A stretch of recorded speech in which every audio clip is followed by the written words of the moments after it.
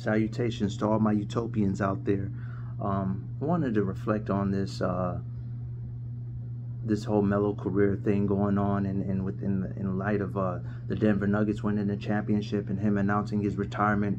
First and foremost, what a career MELO's had. I've been watching him since Syracuse with that legendary Jim Boeheim team. What a treat it was to witness MELO, Hakeem Warwick, Jerry McNamara. If you love Steph Curry, you're going to definitely understand Jerry McNamara paved the way for some people out there.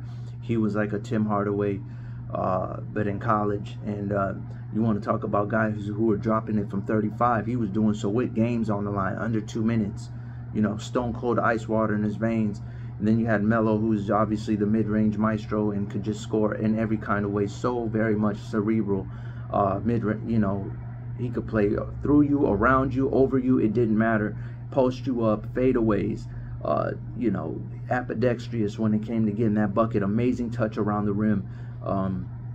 He was just a one-of-a-kind scorer, you know, and just, you know, surprised that honestly he didn't finish somewhere in the top 5 all-time greatest scoring list. Just let you know how marvelous LeBron James at you know, getting that first all-time scoring list accolade is. And speaking of LeBron, he really should have won Rookie of the Year, MELO, but obviously, you know, the machine with LeBron is serious, and so at the very minimum, a co-Rookie of the Year, first season in the league in the Western Conference, catapulted the Denver Nuggets into the playoffs.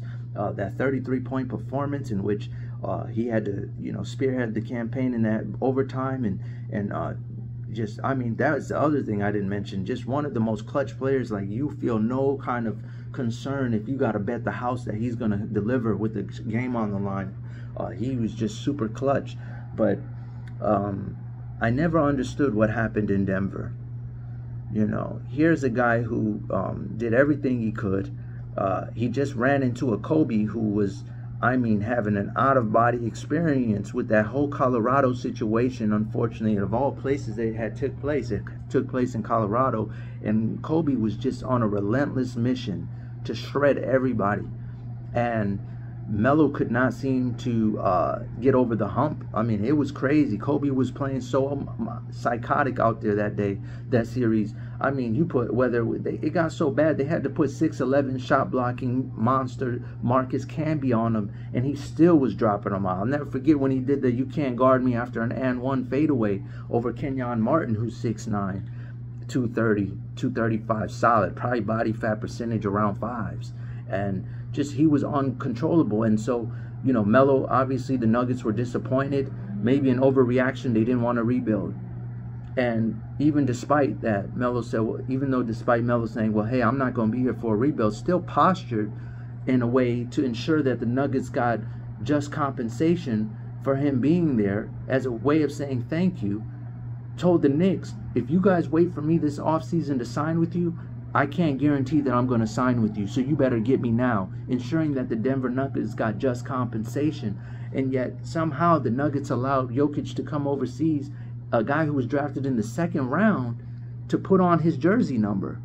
And to me, it's just like, what a slap in the face by the Nuggets, knowing everything he did. They changed this man came in the league with an immense amount of pressure, because for all that LeBron was being hyped about, he was so good coming into the league, because they've seen it in him since high school that he was going to be a legitimate prospect, that there was a debate. And so you got him neck and neck with LeBron. The fact that he was able to deliver the way he did, you know, regardless of whatever you want to say with rings and stuff, but he proved to be every bit of worth the hype. And he had his own Messiah-like, you know, hype machine behind him. And here you go, you know, changing the jerseys for him before he arrived. I mean, the stage was truly set, and he delivered immediately out the gate.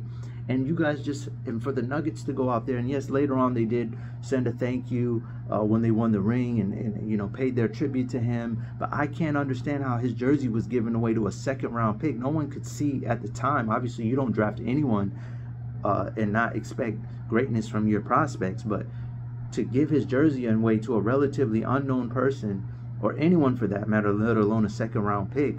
No disrespect to 2nd-rounders, because we've seen some of the best of all time, Gilbert Arenas and Manu Ginobili. What exactly is the animosity up until now that had Denver fans and Denver, the franchise of Denver? Let me know, Utopians. What was it that had this type of animosity where they thought it was okay to give away his jersey number, to go as far as doing that, like almost to say we're going to erase any memory or legacy that he had? He was a complete class act for what he did for Denver, knowing that they were going to sever ties. So all my Utopians out there, feel free to chime in, give me some feedback. What exactly is going on here? Cheers.